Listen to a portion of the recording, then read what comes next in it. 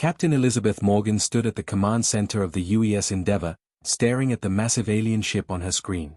Her hands gripped the edge of the console as her heart pounded in her chest. After 200 years of searching the stars, humanity had finally found someone else out there. The alien vessel was beautiful. It looked like it was made of crystal and light, nothing like the heavy metal warships Earth had built. Elizabeth took a deep breath and straightened her uniform. This was the moment that would change everything. "Keep our weapons offline," she ordered her crew. "Let them make the first move. We're here to make friends, not enemies." Her communications officer nodded and worked his controls. A few tense minutes passed before a sound came through the speakers. It was musical, almost like singing, but the translation computer started working immediately. "Greetings, travelers from the unknown regions," the voice said. "We are the Vreks, representatives of the Galactic Council. We welcome you to the community of civilized worlds." Elizabeth felt relief wash over her. They were friendly. Ambassador David Wright stepped forward from where he had been standing at the back of the bridge. His face was bright with excitement. "This is incredible," David said, his voice shaking slightly. "We come in peace from the planet Earth. We are humans, and we're honored to meet you." The alien who called himself Counselor Theron seemed pleased by the response. Over the next few hours, Elizabeth listened as David and the alien discussed their respective civilizations. The Galactic Council was a federation of 47 different alien species who had been at peace for over 3,000 years. "We have laws that keep the peace," Theron explained through the translator. "The most important is proportional response. When conflicts happen, all actions must be measured and equal to the offense. This prevents small problems from becoming big wars." David nodded eagerly. "That sounds very reasonable. Very civilized." "It is the foundation of everything we have built," Theron replied. Elizabeth noticed Lieutenant Thomas Reed frowning at his station. He was the linguistics expert, and something was bothering him. She walked over quietly. "What's wrong?" she asked in a low voice. "Captain, the translation software is having trouble with some of our words," Thomas said, pointing at his screen. "Military terms mostly.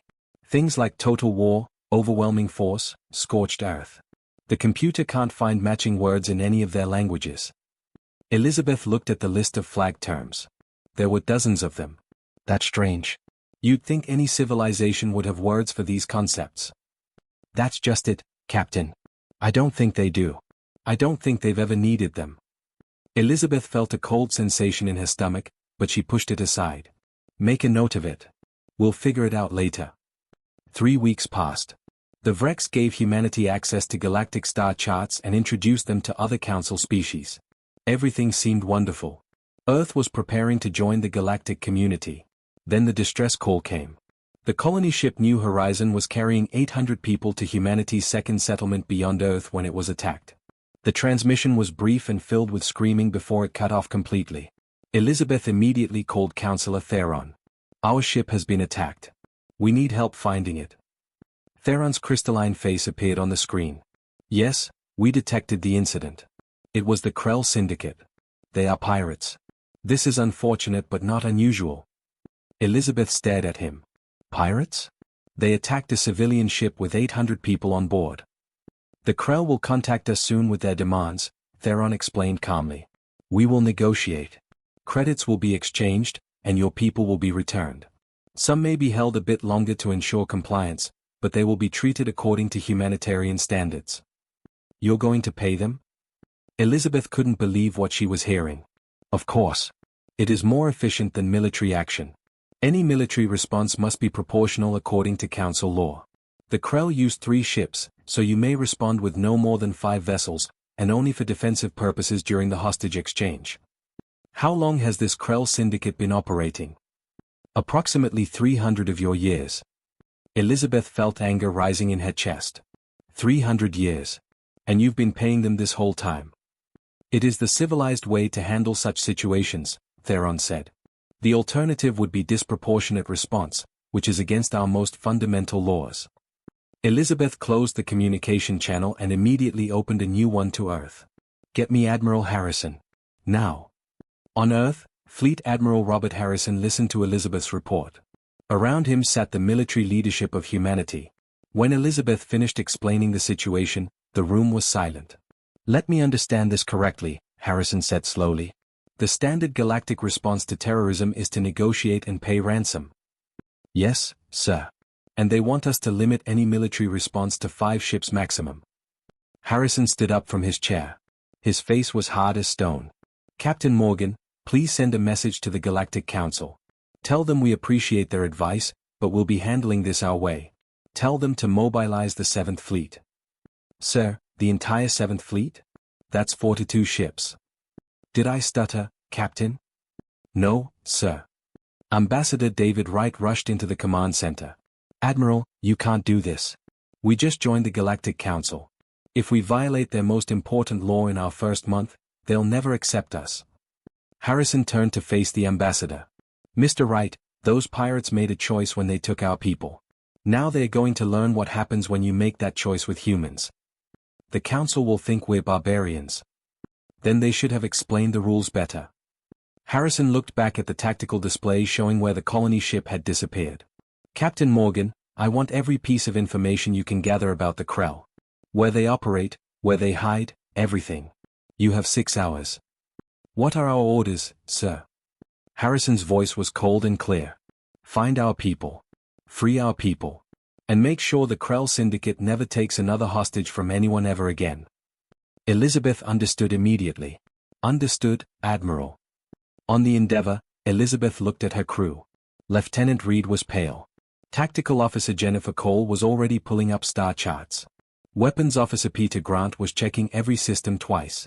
You heard the Admiral, Elizabeth said quietly. We have work to do. The 7th Fleet is coming, and when they arrive, I want to know everything about these pirates. Every ship, every base, every rock they hide under. Captain, Thomas said hesitantly, the Council isn't going to understand this. Elizabeth looked at him. No, they won't. They've been safe and civilized for so long they've forgotten what safety costs. We haven't forgotten. We can't forget. She turned back to the view screen, looking at the stars. Right now, 800 people are waiting for us. They're counting on us to come for them. And we will. She thought about Councillor Theron's words about proportional response. About civilization. About doing things the proper way. The Council is about to learn something about humans, she said softly. We don't leave our people behind. We don't negotiate with terrorists. And we don't do anything halfway. Lieutenant Reed pulled up the data they had on the Krell Syndicate. 300 years of piracy. Dozens of species victimized. Thousands of hostages taken and ransomed. Captain, the Krell have taken 47 groups of hostages in the past century alone, he reported. Every time, the Council paid the ransom. Every time, the Krell went free. Elizabeth felt her jaw tighten. Not this time. This time they took humans. And they're about to find out why that was the worst mistake they ever made. The 7th Fleet would arrive in 3 days. 3 days for the Krell to think they were safe. 3 days for them to believe that humanity would follow the Council's rules. 3 days before they learned that humanity had very different rules.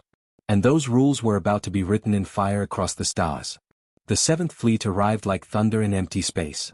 42 warships appeared in perfect formation, their weapons systems humming with power. Admiral Robert Harrison stood on the bridge of his flagship, the massive dreadnought Indomitable, watching the tactical display light up with targets. Status on the hostages? Harrison asked. Commander Helen Foster looked up from her console. Still alive, sir. They're being held in the main Krell asteroid base. The pirates are waiting for negotiations to start. Harrison's jaw tightened. How many times have the Krell done this before? 47 times in the past century, sir. They've perfected it into a business. A communication alert sounded. Councillor Theron's crystalline face appeared on the screen, and he looked alarmed. Admiral Harrison, we've detected your fleet. This is far too many ships. The proportional response law clearly states that you can only use 5 vessels at most. Harrison leaned forward. Councillor, we're not interested in proportional. We're interested in permanent. Permanent? I don't understand what that means. It means when we're done, the Krell Syndicate won't be anyone's problem ever again. Theron's form flickered with distress. But that would be complete destruction. You cannot eliminate an entire organization over one incident. This violates everything we believe in. Watch us, Harrison said, and closed the channel. Around him, the bridge crew worked silently. They all knew what was coming. They had trained for moments exactly like this. "Sir, the Krell are transmitting," Lieutenant Andrew Miller reported. "They are threatening to execute hostages if we don't withdraw. Put them on screen." A reptilian face appeared, covered in rough scales. The Krell captain hissed something that the translator turned into words. "You violate council law with this fleet. Withdraw now, or your people die. These are the rules everyone follows." Harrison didn't blink. "Here are our rules. You have 1 hour to release every hostage unharmed and surrender. After 1 hour, we stop being polite." The Krell captain's eyes went wide. "You cannot attack. The council will never allow it." 59 minutes, Harrison said, and cut the transmission. Far away in the Galactic Council chambers, Councillor Theron called an emergency meeting. Representatives from all 47 species gathered quickly. "The humans are about to commit an atrocity," Theron announced. "They plan to attack with overwhelming force, far beyond what our laws permit. We must stop them." Councillor Venn, an old three-eyed being, spoke up. "I have been studying human military history. This word they used, permanent, appears frequently. It means complete elimination of threats." "They can't possibly mean to destroy the entire Krell syndicate," another councillor protested. "That's exactly what they mean," Venn replied. "Humans don't believe in half measures when their people are threatened. They have a saying, the only good enemy is a dead enemy." The council chamber erupted in shocked discussions. None of them could comprehend such thinking. Back in Krell space, the hour passed. The Krell captain, confident that council law would protect him, did not surrender. He had done this 47 times before. It always ended the same way. Negotiations, ransom, profit. This time was different. "Time's up," Harrison said quietly. "All ships, execute attack plan. Rescue operations are the primary objective. Everything else is secondary, but total. No Krell ships leave this sector. No Krell bases remain operational." The 7th Fleet moved like a machine. Captain Elizabeth Morgan led a team of Marines directly into the asteroid base. They moved through the corridors with deadly precision, neutralizing any resistance. "Hostages secured," Elizabeth reported 20 minutes later. "All 800 accounted for. 4 to 7 injured, none critical. Beginning evacuation." "Good work, Captain. Once our people are clear, you know what to do." Elizabeth looked at the captured Krell pirates. They kept saying the same thing over and over. "This violates the law. The council will punish you for this." "Maybe," Elizabeth said softly. "But you won't be around to see it." The hostages were loaded onto medical ships and taken to safety. Then Elizabeth gave the order. The asteroid base that had served as Krell headquarters for 3 centuries disappeared in a flash of nuclear fire. But the 7th Fleet wasn't finished. Over the next 4 hours, they hunted down every Krell ship in the sector. Human intelligence had mapped every base, every supply depot, every safe haven the pirates used. Commander Foster coordinated the strikes with ruthless efficiency. "Strike Team 3, Krell supply station at your coordinates. Destroy it." "Strike Team 5, shipyard detected in the nebula. You are weapons free." "Strike Team 8, recruitment center on Talos moon. Level it." The Krell tried to flee. They sent desperate messages to the council begging for protection. Then the messages stopped coming. 4 hours after the attack began, the Krell syndicate ceased to exist. 300 years of piracy ended in an afternoon. In the council chambers, Councillor Theron watched the reports with growing horror. They didn't just rescue their people. They erased everything. Every ship, every base, every trace of the Krell. Councillor Myra pulsed with shock. In 4 hours? It should have taken months of careful negotiation. How did they do it so quickly? Venn pulled up data on his display. Because they didn't negotiate. Humans don't believe in proportional response when their families are threatened. They believe in total response. To them, this was restrained. Restrained? Theron's voice was shrill. They destroyed an entire criminal organization. Yes, and they see that as mercy, Venn explained. In human military history, this is considered a limited action because they only destroyed military targets. They didn't harm civilians. They let escape ships flee. By human standards, they showed remarkable restraint. Admiral Harrison's face appeared on the council's main screen. "Councillors, the hostages have been recovered. All 800 are safe. The threat has been eliminated. Humanity considers this matter closed." "Admiral, you have violated our most fundamental law. Theron protested. Counselor, let me explain something, Harrison said calmly. When someone takes our people, threatens our families, there is no proportion. There is only solution. Complete, total, and permanent solution. That's barbaric. Maybe. But our people are home safe. And the Krell Syndicate will never take another hostage from anyone. You're welcome. The transmission ended. On Earth, a woman named Rebecca Stone hugged her daughter tight. The girl had been on the New Horizon. She had been a hostage for 3 days, terrified and crying. You came for us, her daughter sobbed. Even though we were so far away, you came. Rebecca held her child close, not caring about galactic politics or council laws or proportional response. Of course we came. We're human. We don't leave our people behind. We never have. We never will. And across human space, 800 families were reunited. The Galactic Council debated and argued about laws and civilization. But the families didn't care about any of that. They cared that their loved ones were home. And they understood, even if the aliens didn't, that this was what it meant to be human.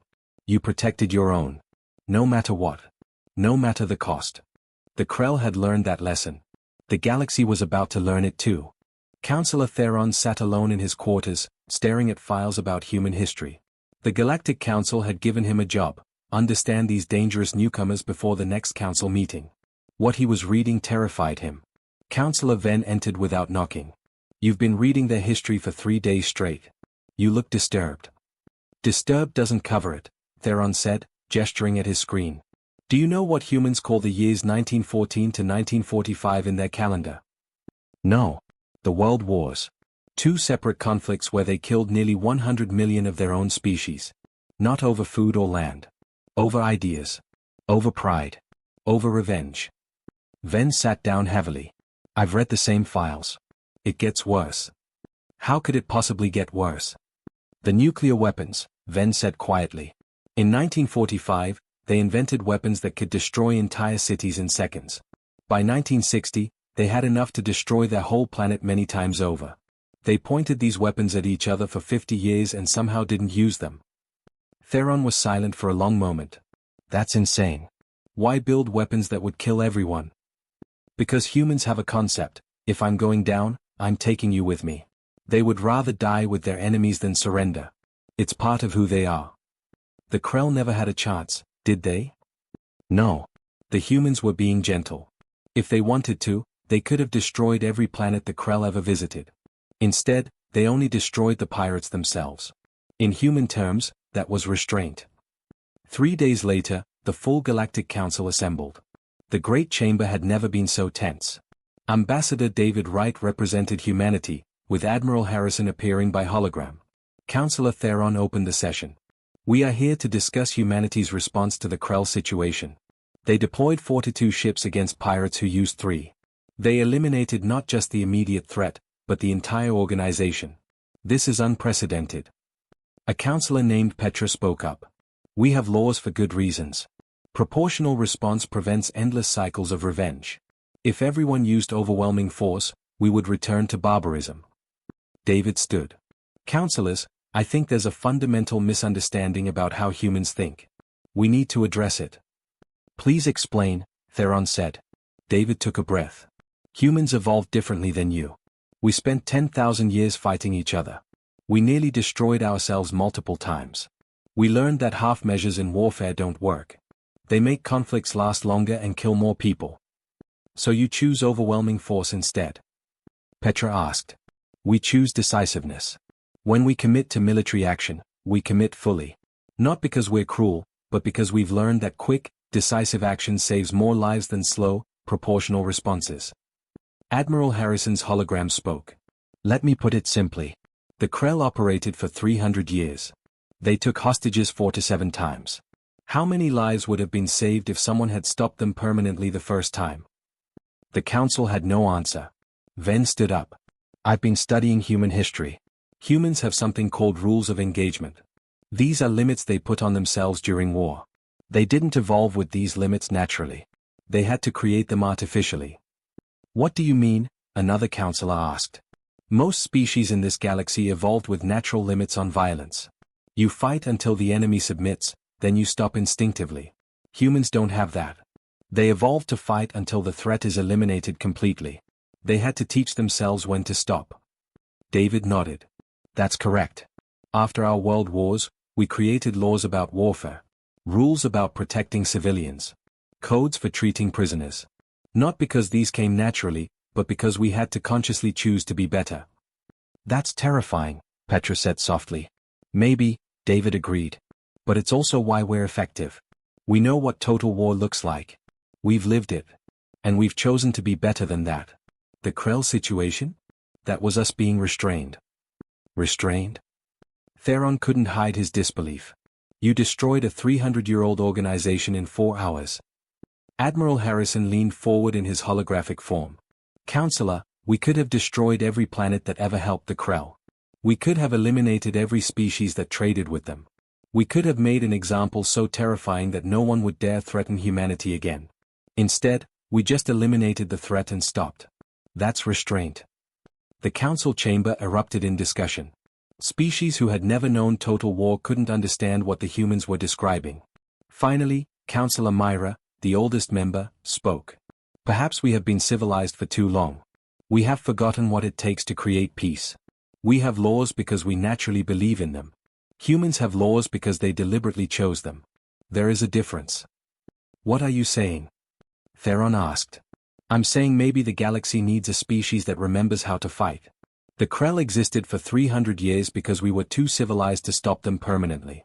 We negotiated, we paid ransoms, we did the minimum. And they kept hurting people because there were no real consequences. David spoke again. Counselors, humanity doesn't want to change your civilization. We respect what you've built. But we also can't ignore our nature. When our people are threatened, we respond with everything we have. Not because we want to, but because it's the only way we know how to ensure it never happens again. A young counselor named Harmony asked, Ambassador Wright, why don't humans have a word for sufficient force? Our translators cannot find an equivalent. Lieutenant Thomas Reed stood up.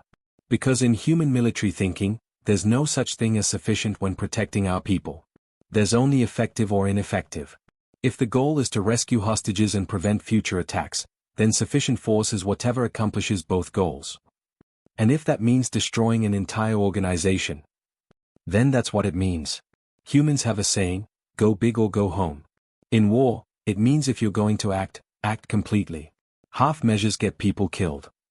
Counselor Venn added more information. I found something else interesting. The humans let 4 to 7 Krell ships escape. They tracked them but didn't destroy them. Why? Harrison answered. Because they ran. They chose not to fight. In human warfare, there's honor in surrender. Those ships made a choice for survival over violence. We respect that. The council debated for hours. Finally, they voted. By a narrow margin, they decided to take no action against humanity. Instead, they created a new legal classification, Apex Deterrent Species. You haven't violated our laws in spirit, Theron explained. The Krell were criminals. Your people were in danger. You protected them. However, we recognize that humanity operates under different principles than most species.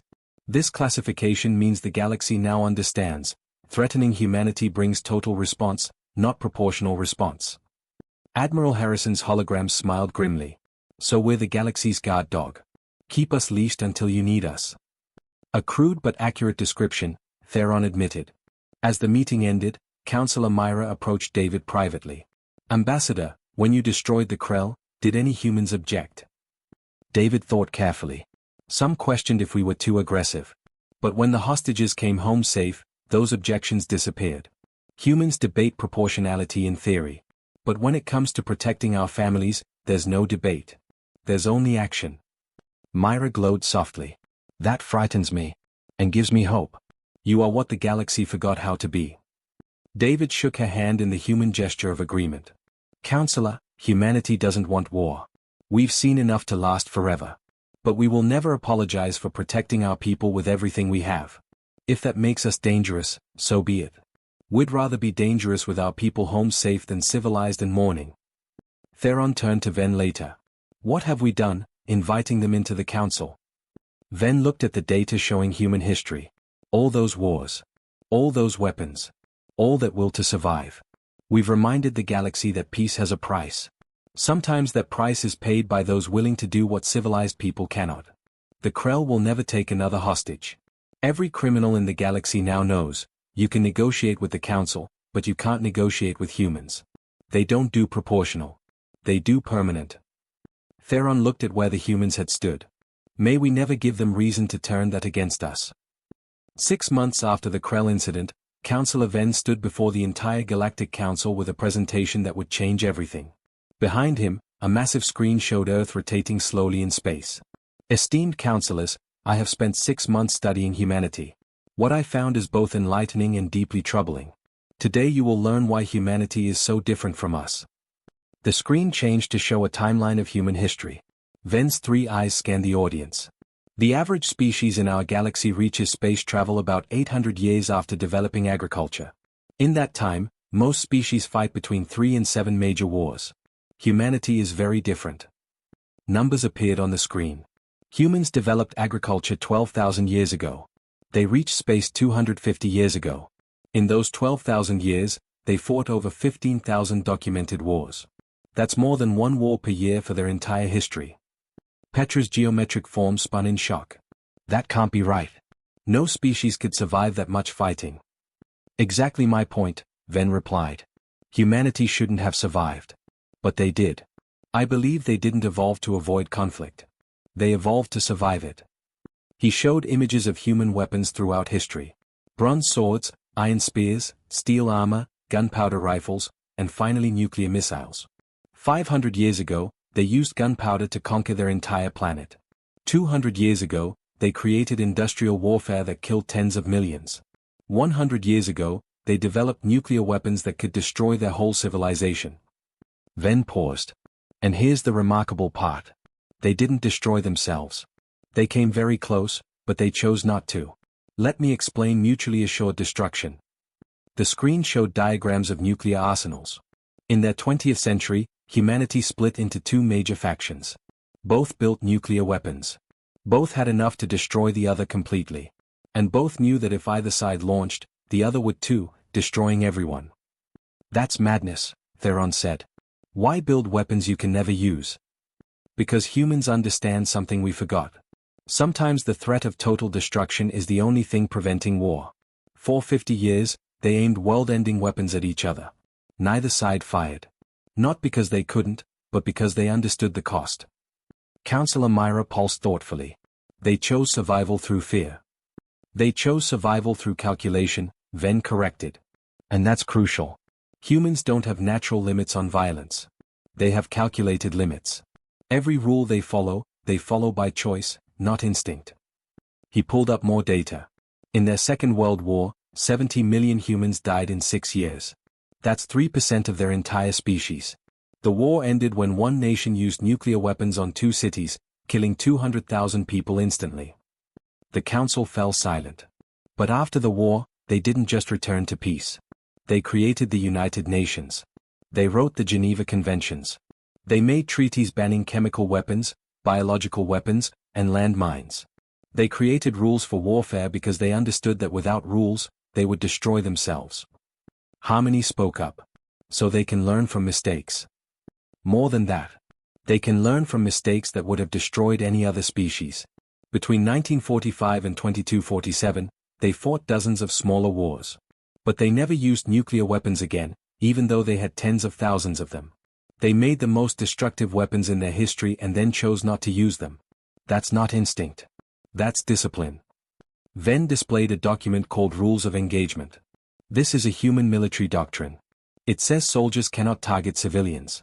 They must minimize damage to non-military targets. They must offer surrender before using lethal force. They must treat prisoners humanely. And soldiers who violate these rules face punishment from their own military. Yet they destroyed the Krell completely, Petra pointed out. Because the Krell were a military target that threatened civilians. The humans followed their rules precisely. They identified the threat, eliminated only that threat, avoided civilian casualties, and allowed non-combatants to escape. In human terms, that was a clean war. Venn showed historical battles. In 1944, humans invaded a beach called Normandy. They deployed 150,000 soldiers, 7,000 ships, and 12,000 aircraft in a single day. Not to conquer a continent. Just to take one beach. He scrolled to another example. In 1991, a nation called Iraq invaded Kuwait. The global community responded with 700,000 soldiers, 2,000 tanks, and 1,800 aircraft. The war lasted 42 days. Iraq's military ceased to exist. More examples appeared showing massive human military operations throughout history. Do you see the pattern? Humans don't believe in fair fights. They believe in winning. When they commit to action, they use overwhelming force because they've learned that half measures prolong conflict and increase casualties. A counselor from the back shouted, "This sounds like a species we should fear." Perhaps, Ven acknowledged. But consider this. The Krell operated for 300 years. How many beings suffered? How many governments paid ransom, funding more piracy? We knew about the Krell and did nothing effective because we followed proportional response. He let that sink in. Humanity stopped them in 4 hours. Yes, they used overwhelming force. Yes, they violated our concepts of proportionality. But the Krell will never harm anyone again. From a practical perspective, the humans saved more lives by ending the threat permanently than we saved by negotiating for 3 centuries. Myra spoke carefully. You're suggesting the human approach is sometimes more merciful. I'm suggesting that mercy and effectiveness aren't always the same. We were merciful to pirates by negotiating. Humans were effective by eliminating them. Which approach prevented more suffering? The council sat in uncomfortable silence. Ven continued. I want to show you something fascinating. Humans don't have a word that translates to our understanding of overkill in a negative sense. A list appeared on the screen. They have overwhelming force, which is a positive strategy. They have shock and awe, which is deliberate doctrine. They have total war, which they see as sometimes necessary. But they don't have a term that means you use too much force against an enemy. Only against innocents. He displayed a quote from an ancient human text. This is from The Art of War, written 2,000 years ago. It says the best victory is winning without fighting. But it also says when you must fight, win quickly and decisively. Don't let conflict drag on. Another quote appeared. This is from General Patton, a 20th century commander. May God have mercy upon my enemies, because I won't. His armies liberated millions from oppression. He was ruthless, yes. But ruthless in service of justice. Ven turned to face the council directly. I've studied humanity for 6 months. Here's my conclusion. They are dangerous. Profoundly dangerous. They can commit violence on scales we barely comprehend. But they are also capable of tremendous restraint when they choose it. They have rules and ethics they follow even in total war. And most importantly, they are absolutely loyal to their allies. So what do you recommend? Theron asked. Accept humanity fully into the Council with their apex deterrent classification. Let them handle threats that require permanent solutions. Let them be the shield that protects our civilization from those who exploit our civility. You want them as our enforcers, Myra said. I want them as our reminder that peace is not natural. Peace is maintained by those willing to fight for it. We've been at peace so long we forgot that lesson. Humanity never forgot. The council debated for hours. Finally, they voted. By a narrow margin, humanity was fully accepted with their special designation.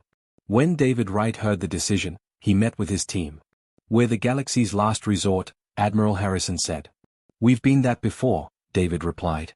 During our own history, when evil seemed unstoppable, someone had to step up and say enough. Usually soldiers. Maybe that's our role here too. It's a heavy burden. Yes. But if it means innocents sleep safely, if it means criminals think twice, if it means our children grow up in a safer universe, then it's worth carrying. Far across the galaxy, former Krell pirates told anyone who would listen, don't threaten humans. If you take their people, you're not starting a negotiation. You're signing your death warrant. The message spread quickly. Within a year, attacks on human ships disappeared. More importantly, attacks near human patrol routes dropped dramatically too. The galaxy was learning. Humans didn't just protect their own. They protected everyone nearby. Because that's what Guardians do. 18 months after humanity joined the Galactic Council, everything seemed peaceful. Pirates had vanished from shipping lanes. Disputes were settled through talk instead of fighting. The galaxy had found balance. Then the Torvan Empire made contact. The Torvan lived beyond Council space. They were conquerors who had rejected joining the council generations ago. They had been slowly expanding their territory for centuries. The council maintained an uneasy peace with them through a neutral buffer zone between their territories. That buffer zone included several new human colonies. Fleet Admiral Robert Harrison stood in Earth's command center, reading intelligence reports. Secretary Margaret Phillips stood beside him, her face grim. "They are gathering ships along the buffer zone," Margaret said. "More Torvan warships than we've seen in decades." "How many?" "At least 300. Maybe more." Harrison studied the tactical map. "That's not a patrol. That's an invasion force." Ambassador Wright is trying to talk to them, but the Torvan aren't responding. The council has sent dozens of messages. Nothing. "They are testing us," Harrison said quietly. "They see humanity as newcomers. Weak. They think we'll negotiate like the council does." "Should we try negotiating?" Harrison turned to her. "Margaret, do you know what the Torvan do to conquered populations? Forced labor. They erase entire cultures. They don't just take territory. They absorb it completely. So what do? We prepare for war." 3 days later, the Torvan attacked. They bypassed the buffer zone completely and struck New Perth, a human farming colony with 50,000 people. The colony's defenses held for 6 hours before failing. Torvan soldiers landed on the surface. The last transmission from New Perth was chaos. Screaming. Weapons fire. Then silence. In the Galactic Council chambers, Councillor Theron called an emergency meeting. "The Torvan have attacked a human colony. This is clear aggression that demands response. However, we must follow proportional response. The Torvan used about 12 ships. Council law permits." Ambassador David Wright stood up, his face hard with anger. "Councillor Theron, shut up about proportional response." The entire chamber went silent. No one had ever spoken to a councillor that way. "The Torvan have invaded human territory. They've attacked our civilians. They're occupying our world right now. And you want to talk about sending 12 ships? Ambassador, the law is clear. The law is about to become irrelevant. You're about to see what happens when someone invades human space. The Krell took hostages. That was bad. The Torvan have taken an entire world. That's worse." Admiral Harrison's hologram appeared. "Councillors, this is a notification. Humanity is invoking our right to self-defense. We will respond to the Torvan aggression." "Admiral, you must limit your response." "No. We really don't. The Torvan Empire has about 300 worlds and 700 warships. When we're done, they'll have none of those things." Councillor Myra pulsed in alarm. "You cannot mean total war." "I mean to eliminate the Torvan Empire as a threat. Permanently. They wanted to test human resolve. They're about to get their answer." The transmission ended. Within 24 hours, humanity mobilized for total war. Every fleet activated. Reserves called up. Shipyards went to full production. The industrial might that humanity had built over centuries roared to life. The council watched in horror as humanity deployed not dozens, not hundreds, but thousands of ships. "Where did they get so many?" Theron asked, stunned. Ven pulled up data. "They've been building them the whole time. They have hidden shipyards and secret bases. They told us about their main fleets. They didn't tell us about the rest." "How many ships do they have?" "Current count is 4,000 warships. That's more than our entire council defense force." "Why didn't they tell us?" "Because we didn't ask. And because revealing your full strength is tactically stupid." The human fleets began moving. Admiral Elizabeth Morgan commanded the forces going to retake New Perth. She stood on the bridge of her flagship and addressed her crew. "We're getting our people back first. Then we're teaching the Torvan what happens when you invade human territory. Rules of engagement, Torvan military targets only. Civilians are not targets. Anyone who surrenders gets treated according to military law. Anyone who fights gets eliminated. Clear?" "Yes, Admiral," her crew responded. The fleet arrived at New Perth to find 12 Torvan warships in orbit and ground forces controlling the settlements. The Torvan commander appeared on screen, his bronze scales gleaming. "Human vessels, you are outmatched. We hold this world. Withdraw and we will consider releasing your people for territorial concessions." Elizabeth smiled coldly. "You have 10 minutes to release our people and surrender." The Torvan laughed. "You have 12 ships to our 12. This is proportional. Under galactic law, This should lead to negotiation. We're not the council, Elizabeth interrupted. And you have 9 minutes. The Torvin snarled. You cannot. Elizabeth muted him. Tactical, target all Torvin vessels. Prepare full strike. Special forces, prepare planetary assault. 10 minutes passed. The Torvin didn't surrender. Fire, Elizabeth said. The Torvin had 12 ships. Humanity brought 96. The battle lasted 11 minutes. When it ended, every Torvin ship was destroyed. Not damaged. Destroyed. Human special forces landed and moved through the colony with deadly efficiency. Within 18 hours, New Perth was liberated. All 50,000 civilians rescued. Torvin casualties, 4,000 killed, 8,000 captured. Human casualties, 93 soldiers. But that was just the beginning. Admiral Harrison activated Operation Permanence. 15 human fleets deployed across Torvin space simultaneously. They struck military targets, shipyards, command centers, and communication hubs with surgical precision. The Battle of Torvin Prime lasted 3 days.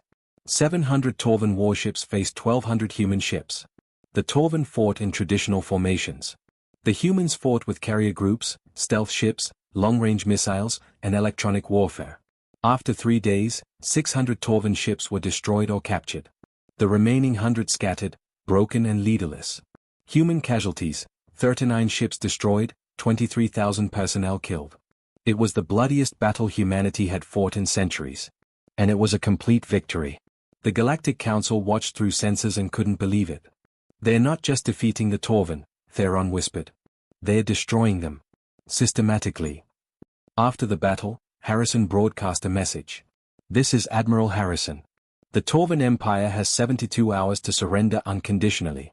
Release all prisoners. Stand down all forces. If you comply, you'll be treated according to war laws. If you resist, we will dismantle your empire world by world until nothing remains but memory. In the Torvin capital, their High Council met in panic. Their fleet was gone. Human forces were destroying installations across their empire. The Torvin Emperor finally spoke. How many of their colonists did we harm? About 1,400, Your Majesty. 1,400 casualties. And they've killed 60,000 of our military in response. They've destroyed 700 ships and are occupying 12 of our worlds.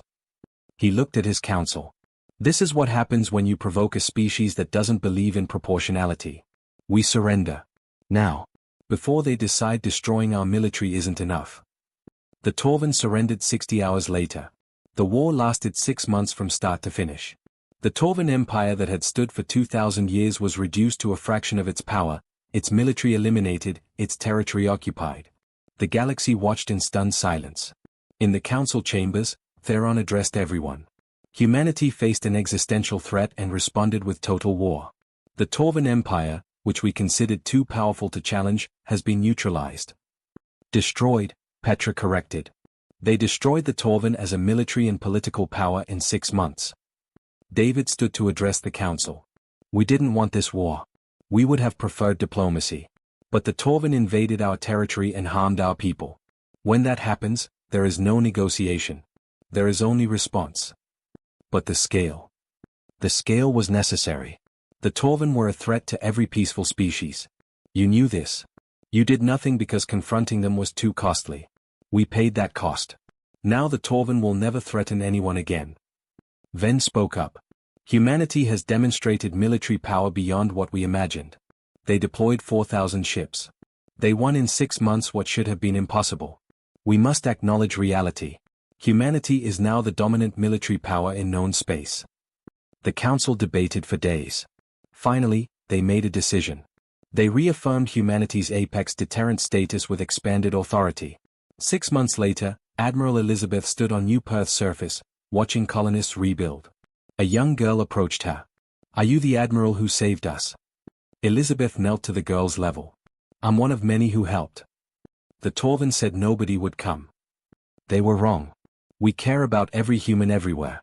That's what being human means. Will they come back? Elizabeth looked at the child seriously. No. They learned what happens when you hurt human families. They'll never forget that lesson. The girl hugged her suddenly. Thank you. As Elizabeth held the child, she thought about all who died.